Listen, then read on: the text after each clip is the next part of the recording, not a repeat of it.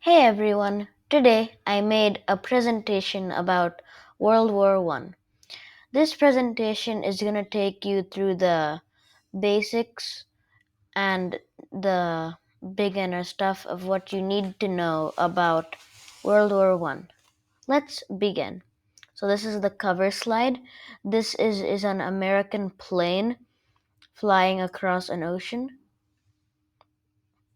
So, oh, so yeah, let's begin. So to start off, this war started off in 1914, June 28th. In in in Bosnia, Sarajevo is the capital of Bosnia.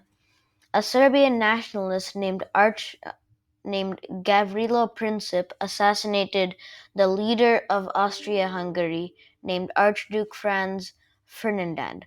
This sparked This sparks national rage in Austria-Hungary, causing them to declare war on Serbia um, a month later on July 28th. Russia, backing up Serbia, begins mobilizing their troops. Germany, in an alliance with Austria, de- declares war on Russia on August 1st. Germany also declares war on France on August 3rd.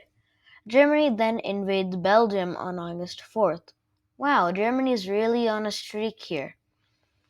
Next, the Germans will then invade Russia on August 23rd in the Battle of Tannenberg. This lasts until August the 30th and ends in the crushing defeat of the Russian Second Army.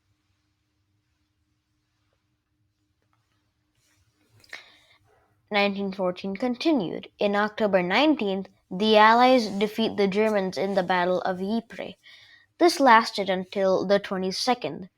And on November 11th, the Ottoman Empire enters the war by declaring war on the Allies.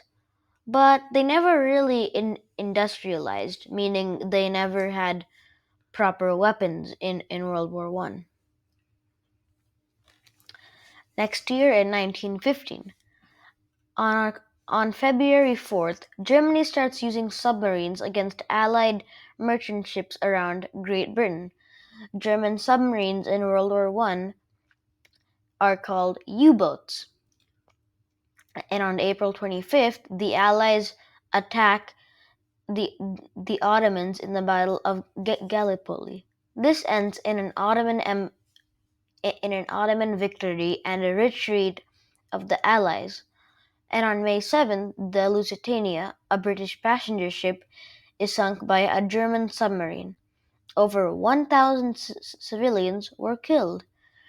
And on October 14th, Bulgaria joins the war by declaring war on Serbia. Now, back then, Bulgaria had far greater tech than Serbia. So, so Serbia had to fight two fronts, the Austrian front and the Bulgarian front. This is why Serbia never really played a major role in World War One other than, well, beginning it.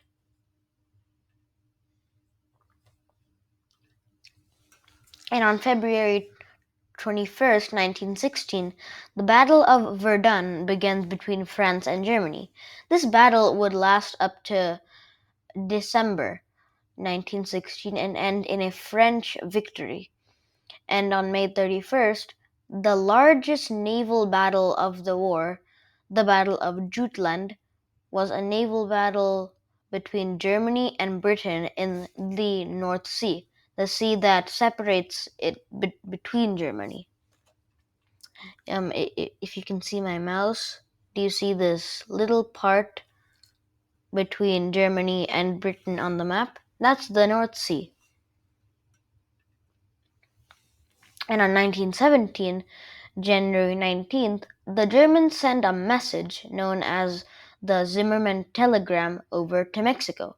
The message says that if they fight on the Central Powers, Mexico, Germany would help Mexico get Texas, Arizona, and New Mexico back from the United States. Unfortunately, the message gets intercepted by Britain, ultimately leading to the US joining the war. Meanwhile, in Russia on March 8th, they have a bigger problem to deal with. A revolution begins, removing the Russian leader from power on March 15th.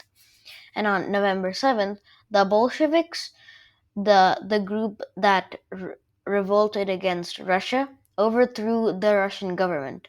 With too much on the Russians' plate, they agreed to peace with the Central Powers so that they could focus all of their power on suppressing the rebels and leave the war.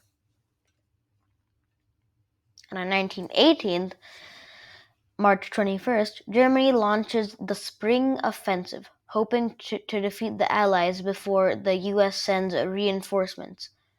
On July 15th, the Second Battle of the Marne begins. This battle ends on August 6th and ends as an Allied victory. On November 11th, Germany signs an armistice, which stopped all fighting on, guess what, the 11 a.m. on the 11th day on the 11th month. What a coincidence! And on 1919, June 28th, Germany signs a treaty known as the Treaty of Versailles. This treaty is actually a good thing for the Allies, but a bad thing for Germany and their allies, because Germany had to pay a lot of heavy war reparations, remove a lot of their army, and lose a lot of their territory. But on the bright side, at least the Allies didn't have to pay anything. The treaty also ended World War I once and for all. Well, World War I at least. So in conclusion, World War I was one of the most destructive wars of all time. Over 15 million people died, and it led to modern warfare and technology. It also led to most of the powerful empires. Examples are the Ottoman Empire, the German Empire, and the Russian Empire. Well, at least for Germany, they would get a bigger and more powerful one, let's say 15 years later. Well, this wraps up this presentation on World War I. I hope it helped you on understanding it well, like so you could really understand it and really get the knowledge in your brain. And I will see you in the next presentation. Goodbye, everyone.